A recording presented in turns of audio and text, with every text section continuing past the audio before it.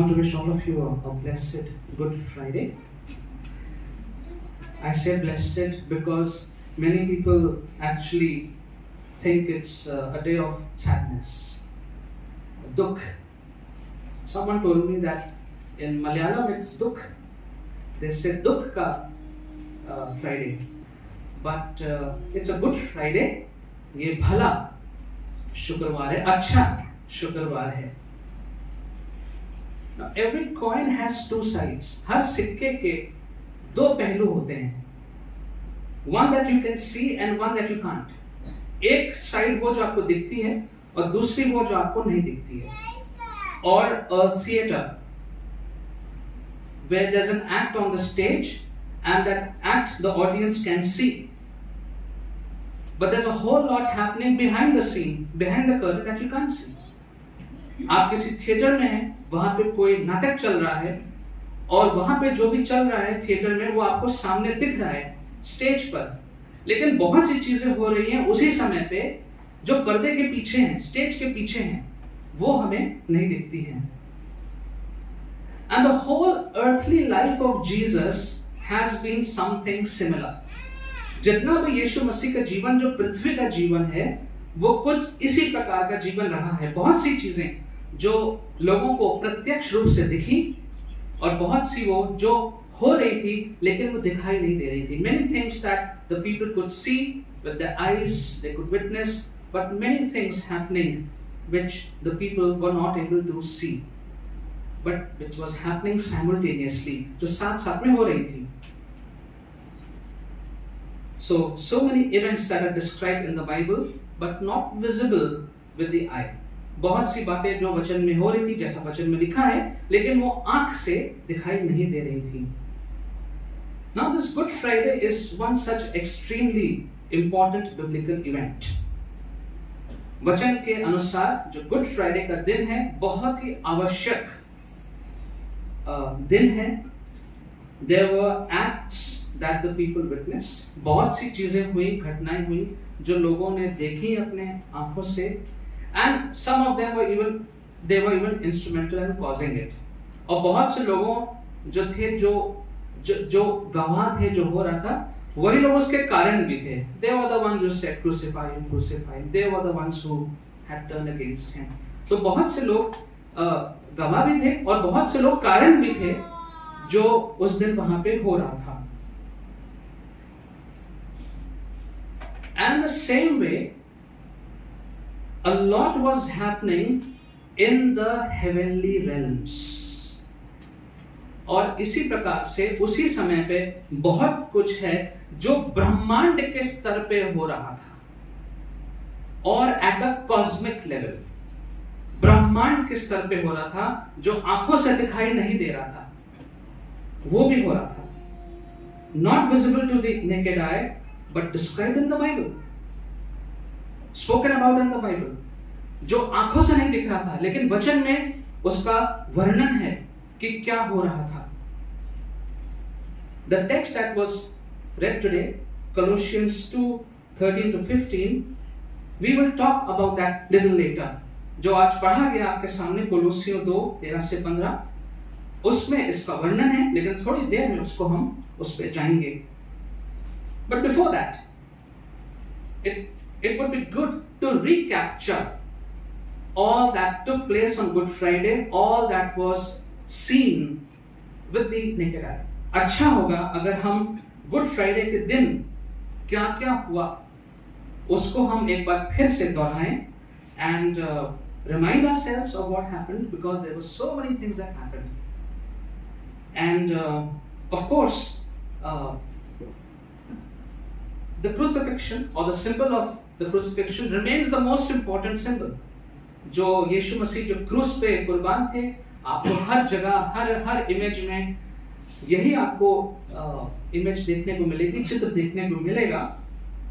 But I would like to present to you all the events of Good Friday in a chronological order. समय के अनुसार पहले क्या हुआ, फिर क्या हुआ, फिर क्या हुआ, मैं आपके सामने रखना चाहूंगा. It should help us to try and imagine and understand all that Jesus suffered on that day.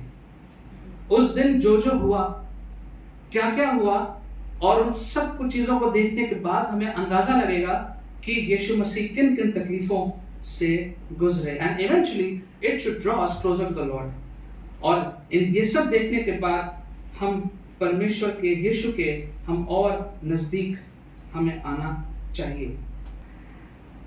6 मुकदमे यीशु मसीह के ऊपर हुए थे उस दिन, 6 मुकदमे, 6 ट्रायल्स। रात के 1 बजे से लेकर के सुबह के 8:30 बजे तक, from night 1 o'clock, morning 1 o'clock if you can say, रात के 1 बजे से सुबह के 8, 8:30 तक 6 मुकदमे एक के बाद एक, one after the other, non-stop, 6 trials Jesus had to go through. So we begin with the betrayal of Judas, and yesterday I had spoken a little bit about this, and this happened approximately at 1 a.m. to 1:30 a.m. in the morning. There's confrontation in the garden of Gethsemane and Jesus is arrested. करीबन 1 से 1:30 बजे की. Now all these dates, times are calculated by biblical experts, by scholars. जो scholars हैं, जो विद्वान हैं Bible के, उन्होंने जो बाइबल में समय दिया हुआ उसके अनुसार अंदाजन इन समय को बांटा है. Around 1 to 1:30 there's confrontation in the garden and Judas betrays Jesus. जो यहूदा है, स्तुति है, जैसा कल शाम को मैंने बताया था, वो सैनिकों के साथ आ गया और फिर उसने यीशु मसीह को वहां पे पकड़ाया. ये करीबन रात के 1-1:30 बजे की बात है. उसके बाद पहला मुकदमा शुरू हुआ. The first trial takes place around 1:30 a.m. till 3 a.m. in the morning, and this was Annas, the former Jewish high priest. ये यहूदी महायाजक था और ये 16 साल तक महायाजक रहा. और सबसे पहली बार यहां पर आके यीशु मसीह को मारा गया इस जगह पे. और यहां पर जो वर्तमान का जो महायाजक था वो काइफस था. आप जब पढ़ेंगे घर पे जाके आपको सब समझ में आ जाएगा, और ये नोट्स भी मैं आपको दे दूंगा. वो काइफस था, लेकिन जो अनस था वो इतना पुराना था इसलिए वो भी वहां पे मौजूद था, जबकि उसका वहां पे कोई काम नहीं था. Annas was not supposed to be there because the sitting high priest was Caiaphas, but because of his experience and his influence, he had a say in religious matters. Probably it is the man on the right, I guess. He's the older man. वो भी वहां पे मौजूद था. Then we have the second trial, दूसरा मुकदमा. This is around, it continues there only, and here Caiaphas, the current Jewish high priest, he is interrogating Jesus. उसी समय में जो काइफस था, जो वर्तमान का महायाजक था, वो अब यीशु मसीह से पूछताछ चल रही है. Now all this that was happening, it was happening at night, very secretly. बहुत छुप के, चुपचाप से ये सब चीजें हो रही थी. और ये सारे जो मुकदमे हो रहे थे ये सब गैर कानूनी थे, because there was no law according to which you could try people at night. There was no such emergency. लेकिन छुप करके गैर कानूनी तरीके से ये सारे मुकदमे हो रहे थे. क्या इल्जाम था यीशु मसीह के ऊपर? What was he being accused of? Blasphemy. ईश निंदा का आरोप था. And the punishment for blasphemy was death. ईश निंदा का आरोप उनके ऊपर लगाया गया, and he was physically harmed, he was accused, and then we come to trial number 3. Trial number 3, he is imprisoned at Caiaphas' palace. जो कैफस का जो महल था वहां पर उसको अब बंदी बना लिया गया था, और यहां पर पूरी सभा बैठी हुई है. आप देख सकते हैं पूरी सभा बैठी हुई है, उस पर इल्जाम लग रहे हैं, और यीशु मसीह को एक बंदी की तरह हाथ बंधे हुए हैं, like a criminal he was tried. And it was here that they all decided that he needs to be killed. यहाँ पे फैसला हुआ कि इनको यीशु मसीह को मार देना चाहिए. By the time it was almost morning and something else happened. As Jesus had predicted, around this time in the morning, Peter denies Jesus 3 times.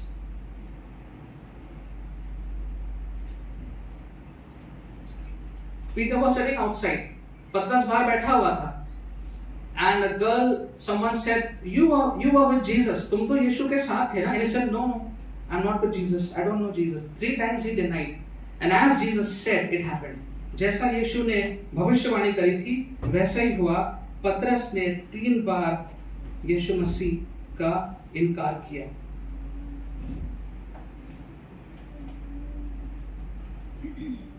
And then we come to trial number 4. चौथे मुकदमे पे हम आते हैं. और अब यीशु मसीह जो है वो पिलातुस के सामने 6 या 7 बजे का समय है. Jesus was before Pontius Pilate. And at this point, Pilate hears all the allegations and he says, I don't find anything wrong in this man. यहाँ पर पिलातुस ने कहा कि मुझे कोई ऐसी बात नहीं दिख रही है इस आदमी में कि इसको सजाए मौत दी जाए. क्यों आप लोग इसको सजाए मौत देना चाहते हैं? लोगों ने यीशु मसीह पे इल्जाम लगाया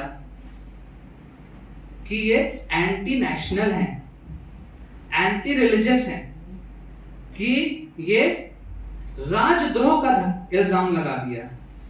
राजद्रोही हैं, ये लोगों को भड़का रहे हैं, ये सरकार का तख्ता पलट कर देंगे.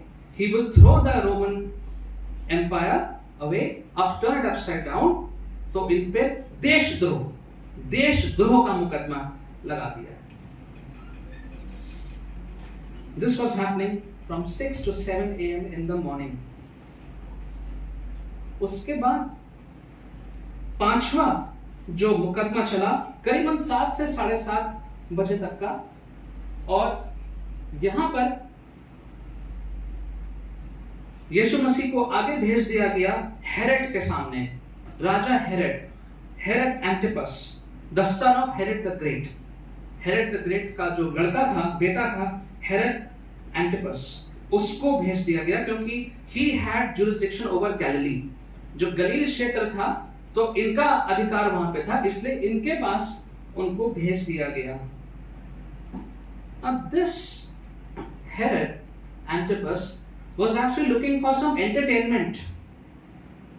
इनको मनोरंजन चाहिए था और वहां पे वो उसका मजाक उड़ाने लगे और यीशु मसीह की सारी बातों को हंसी और ठट्ठे में उड़ाने लगे. They began to make fun of Jesus. And Jesus at that point refused to answer any of their questions. यीशु मसीह वहां पे खामोश खड़े रहे और उन्होंने वहां पे किसी भी बात का जवाब नहीं दिया. That was trial number 5. And then he was sent back to Pilate. फिर यीशु को दोबारा पायलट के पास भेज दिया गया और समय रहा होगा करीबन 7:30 से 8:30 बजे का. Interestingly, Pilate's wife Claudia sends him a message. जो पिलातुस की पत्नी थी क्लॉडिया, उसने पायलट को एक संदेश भेजा. And she said that I've had nightmares. मुझे बुरे सपने आए हैं. This man is innocent. ये जो आदमी है ये निर्दोष है, इसको छोड़ दो.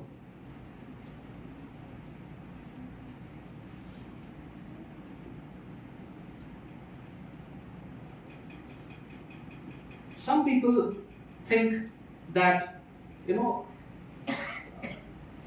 God was trying to free Jesus through Claudia's message. That's not true. कुछ लोग सोचते हैं कि शायद ये परमेश्वर का कोशिश थी कि क्लॉडिया के संदेश से यीशु मसीह बच जाए, पायलट जो है वो ये वाला ऑर्डर ना पास करे. But others believe that Satan was trying to disrupt the trial. कि शैतान की एक कोशिश थी कि यीशु मसीह क्रूस पर ना पहुंचने पाए. Because by now Satan was seeing what was happening. Satan did not know from before the plan. Why would God tell his plan to Satan? शैतान को पहले से क्यों मालूम पड़े कि परमेश्वर क्या करने वाले हैं? But all that was happening, Satan was understanding. उसको दिख रहा था. And perhaps he tried through Claudia. Claudia के द्वारा वो कोशिश कर रहा था कि शायद क्लॉडिया के कहने से पिलातुस का मन बदल जाए. I'm glad he didn't hear his wife this time. But otherwise, husband should listen to their wives. वैसे तो पत्नियों को सुनना चाहिए, but इस समय अच्छा हुआ कि पिलातुस ने अपनी पत्नी की बात नहीं मानी. The Jewish leaders continued to object. They said, "No, we want him crucified. हमें इसको क्रूस पर चढ़ाना है." And then he does a very childish thing. He washes his hands. He says, "I have nothing to do with this." वो कहता है कि मुझे अब इससे कोई लेना देना नहीं है, मैं अपने हाथ धो रहा हूं. Now it is on you. And the people said, "Yes, let it be on us." People were filled with so much of, as Brother Bijoy said on Palm Sunday, the same people who were rejoicing, who were welcoming, almost the same people or maybe different people, but all the people who knew Jesus, who had seen his miracles, now they are saying, "Crucify him, crucify." वही लोग जो उसका स्वागत कर रहे थे 4-5 दिन पहले, जिन्होंने उसके आश्चर्य कर्मों को देखा था, सारी बातों को सुना था, वही लोग आप कह रहे हैं नहीं, इसको क्रूस पे चढ़ाइए. पायलट ने कहा, Pilate said, "Well, the guilt is on you, on your children." People said, "Yes, no problem. Let the guilt be on us." ये सारी जो चीजें हैं, इसका जो गुनाह हमारे सर पे आने दो.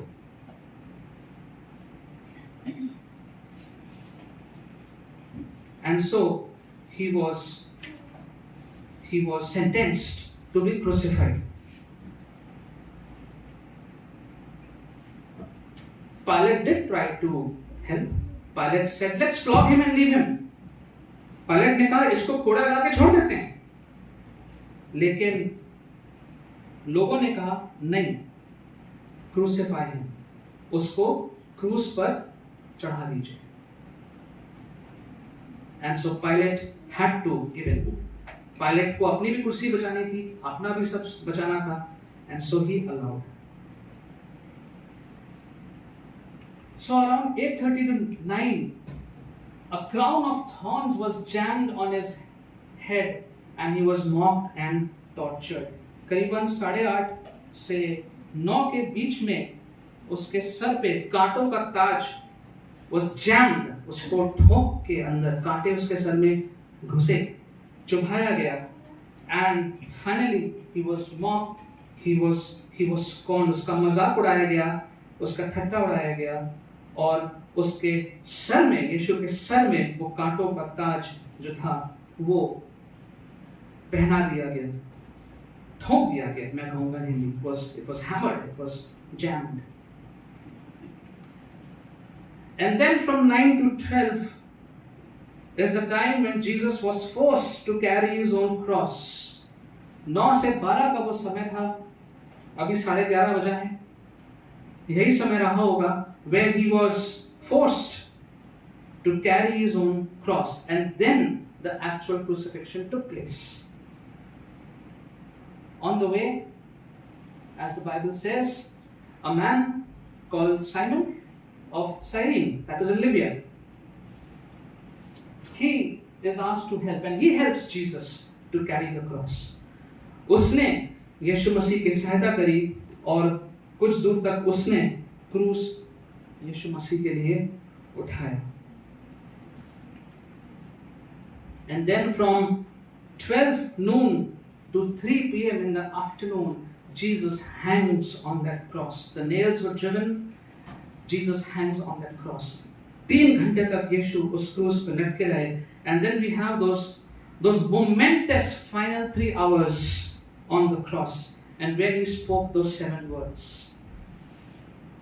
3 घंटे तक यीशु क्रूस पे लटके रहे और 7 वचन, 7 बातें यीशु मसीह ने वहां से बोली, Father, forgive them, for they don't know what they do. हे पिता, इन्हें क्षमा कर, क्योंकि ये नहीं जानते ये क्या कर रहे हैं. उसने एक डाकू से कहा, Today you will be with me in paradise. आज तुम मेरे साथ स्वर्गलोक में होगे. He said to John and to his mother, Woman, behold thy son. फिर उसने कहा, My God, why have you forsaken? हे मेरे परमेश्वर, तूने मुझे क्यों छोड़ दिया है, क्यों त्याग दिया है? Then he said, I thirst. उसने कहा कि मैं प्यासा हूं. Then he said, It is finished. फिर उसने कहा, पूरा हुआ. और आखिरी वचन उसने कहा, Father, into thy hands I commend my spirit. हे पिता, तेरे हाथों में मैं अपनी आत्मा को सौंपता हूं. And then he died. The Bible tells us that at that point there was darkness, there were earthquakes, there was an earthquake. कि पूरा अंधकार का समय आ गया, जैसा वचन में लिखा हुआ है, और भूचाल आया. There was an earthquake, as the Bible says. And also that the curtain in the temple was torn into. जो मंदिर में जो पर्दा था वो दो में फट गया, पत्थर टूट गए.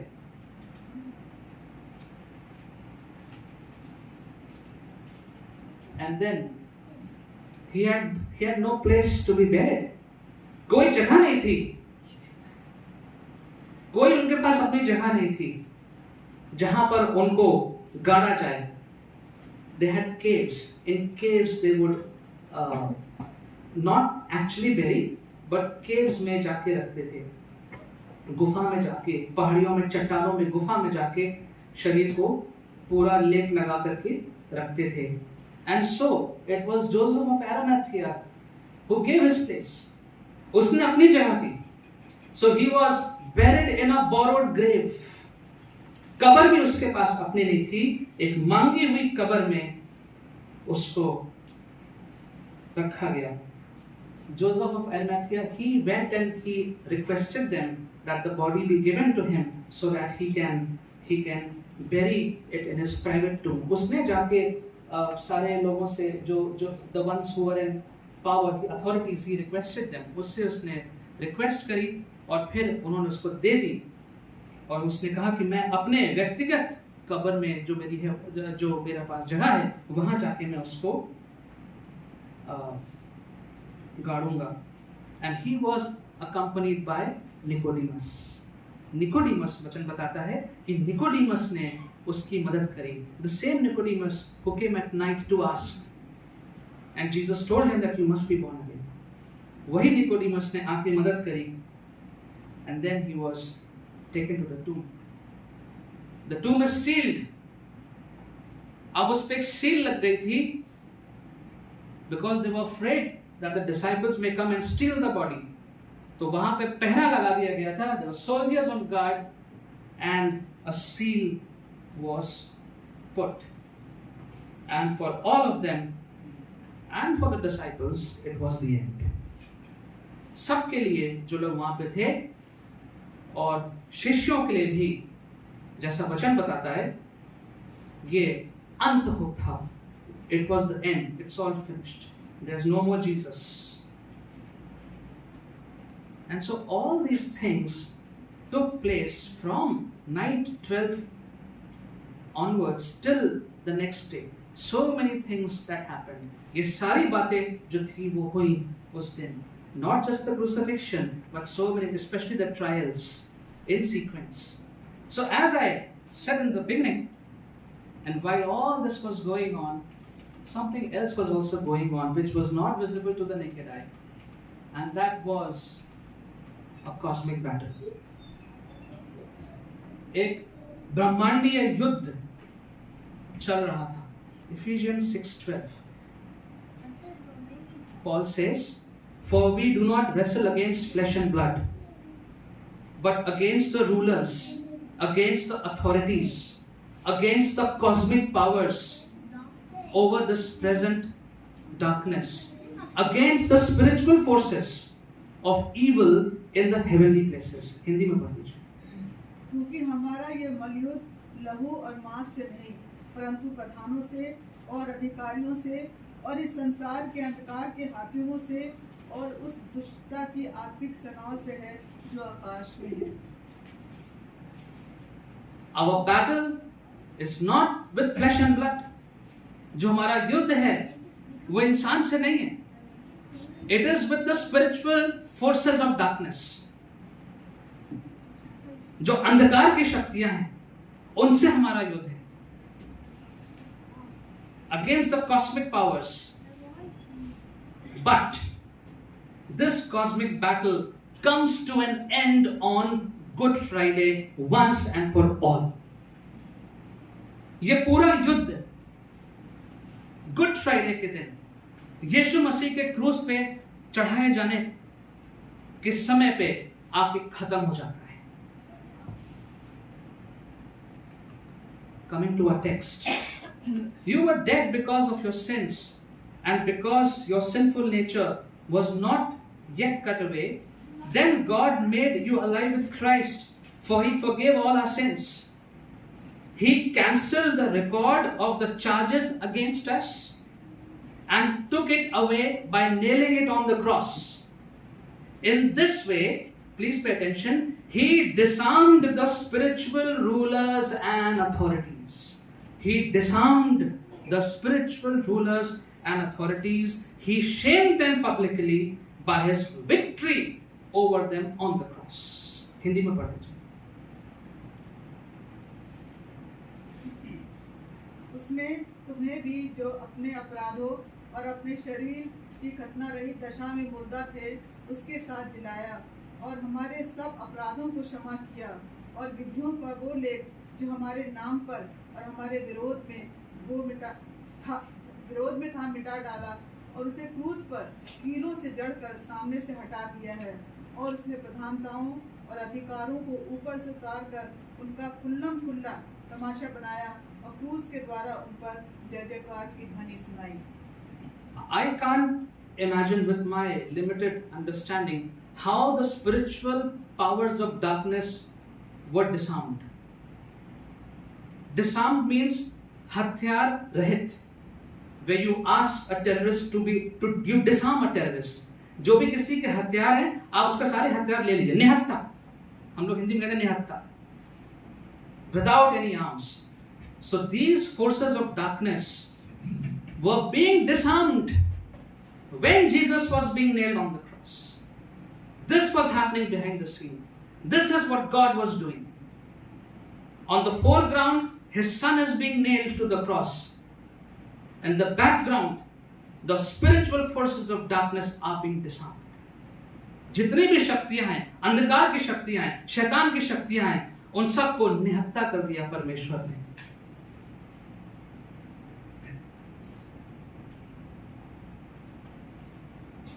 And He forgave our sins. So all these rulers, the authorities, cosmic powers, powers of darkness, spiritual forces, evil spirits, जो भी आपके जो हम समझते हैं, all of them, the power was taken away. Now they have no power.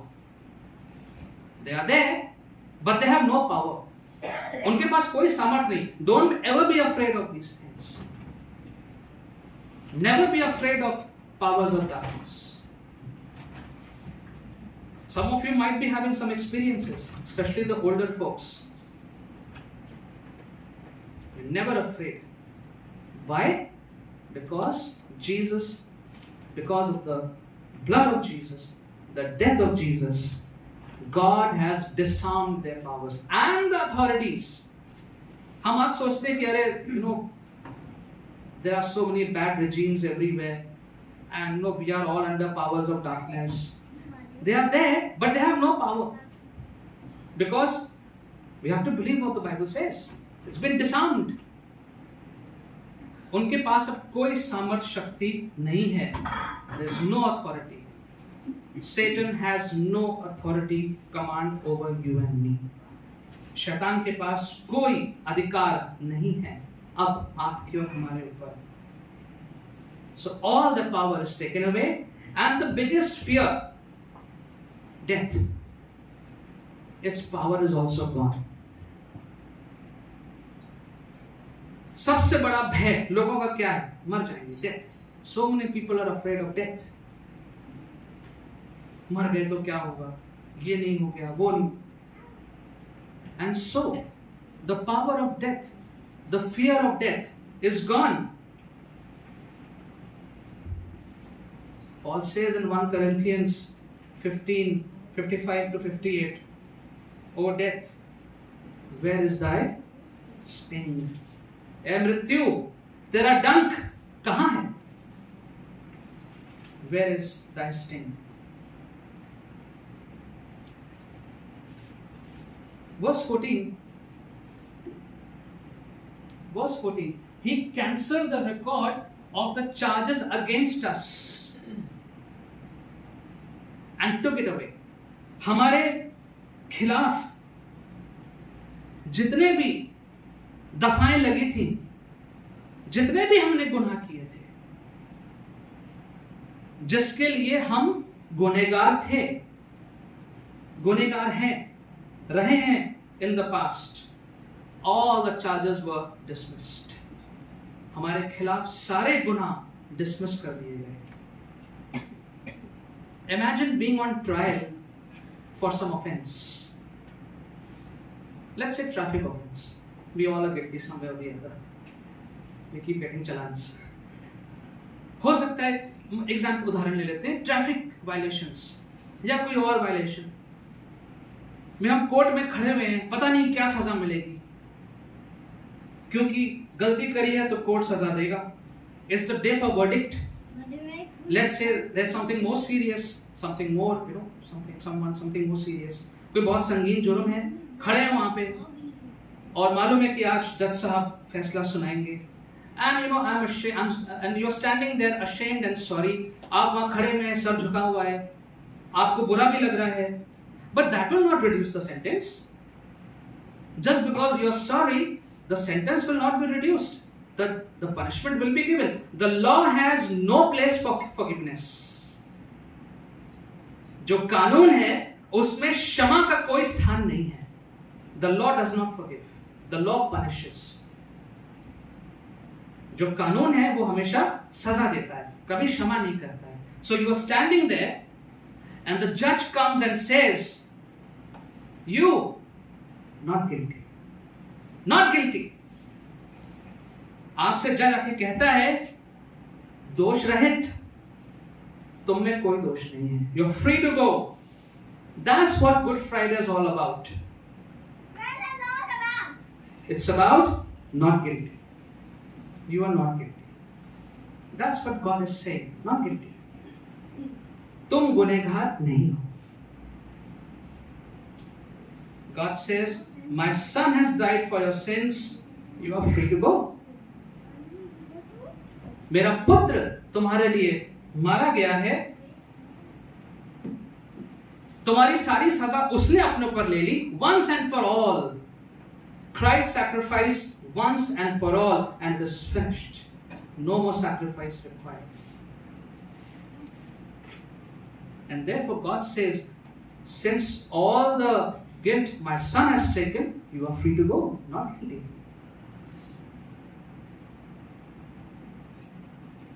And that's what the whole world is searching, isn't it?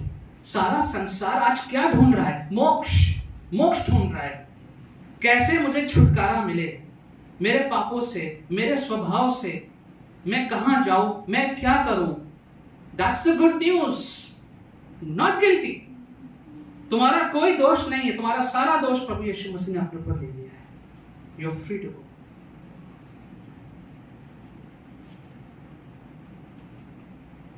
Paul says in 2 Corinthians 5:19, God was reconciling the world to himself in Christ, not counting people's sin against them, and he has committed to us the message of reconciliation.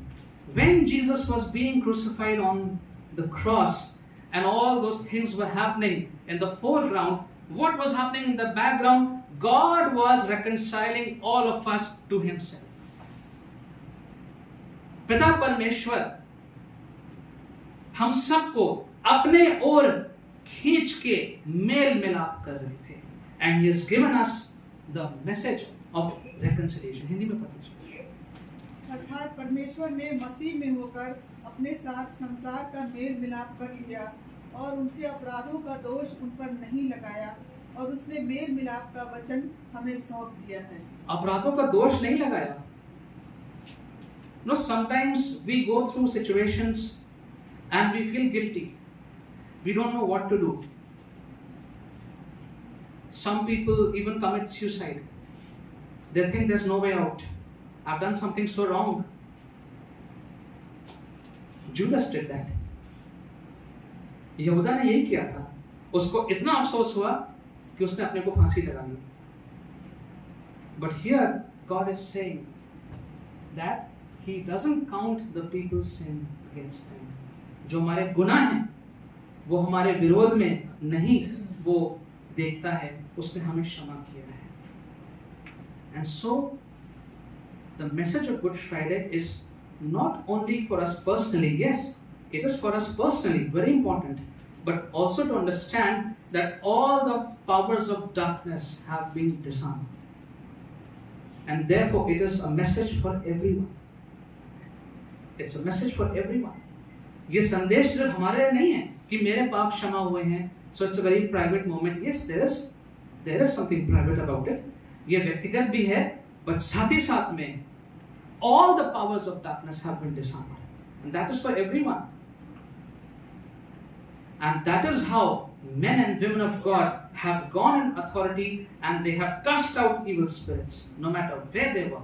Men and women of God have gone and they have contained the acts of darkness at places, in so many places. इसीलिए परमेश्वर के स्त्री पुरुष सेवक कहां पे गए हैं और परमेश्वर के सामर्थ्य से इस वचन पर आधारित होके हम लोग ज्योति का काम करते हैं. अंधकार में हम ज्योति का काम करते हैं. This is what Good Friday is all about.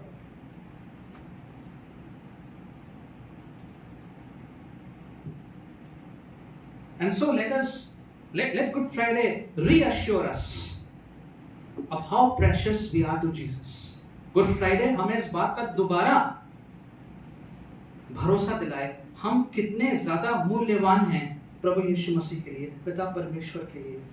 Let us be absolutely sure that we belong to Jesus. हम बिल्कुल भी इस बात को अच्छे से विश्वास करें कि हम प्रभु यीशु मसीह के हैं. And only one thing is required. सिर्फ एक बात की आवश्यकता है. And that is our response. इतना सब कुछ होने के बाद हम अब क्या प्रतिक्रिया करेंगे? That's the question. Respond with total commitment to Jesus. प्रभु यीशु मसीह की ओर पूर्ण रूप से हम समर्पित रहें. Respond with full obedience to Jesus.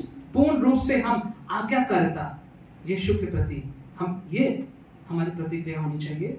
Respond with service to Jesus. और यीशु के लिए हम क्या सेवा कर सकते हैं?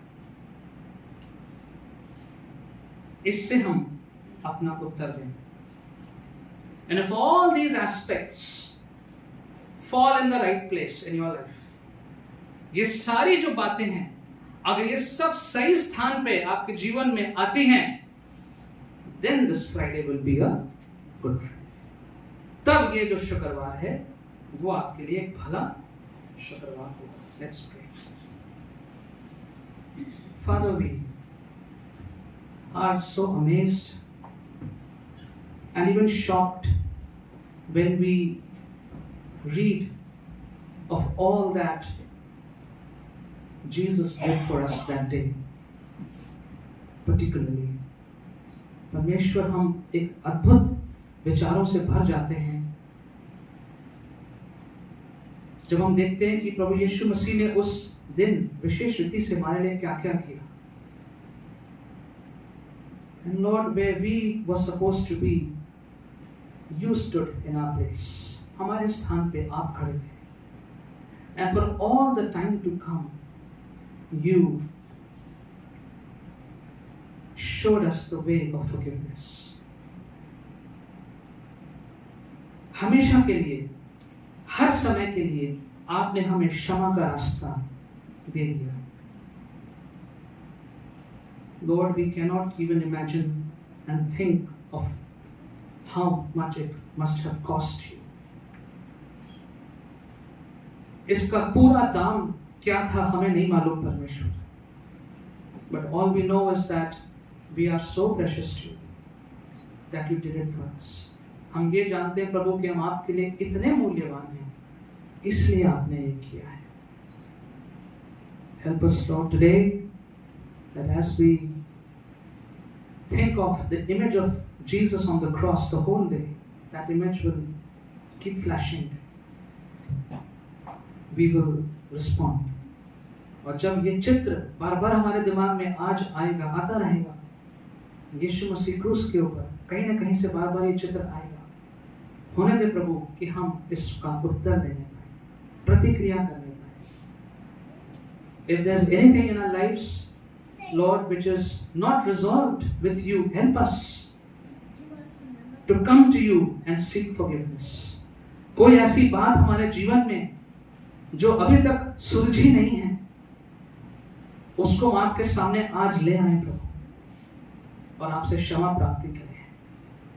कोई ऐसी बात जिससे हम आपसे दूर भाग रहे हैं, हम आपका सामना नहीं करते हैं, something that is making us run away from you, not wanting to face you, help us, Lord. Today will be that day. Come to you. Seek your forgiveness. आज हम आपसे क्षमा प्राप्त कर लें। Help us, Lord, to go out filled with your power and the conviction that we belong to you. Satan has no power, authority over us. हम इस विश्वास से भर जाएं और ये जान लें यहाँ से निकलते कि हम आपके हैं और शैतान और उसकी कोई भी ताकत का हमारे पर कोई अधिकार नहीं है। Help us, Lord. In Jesus' name.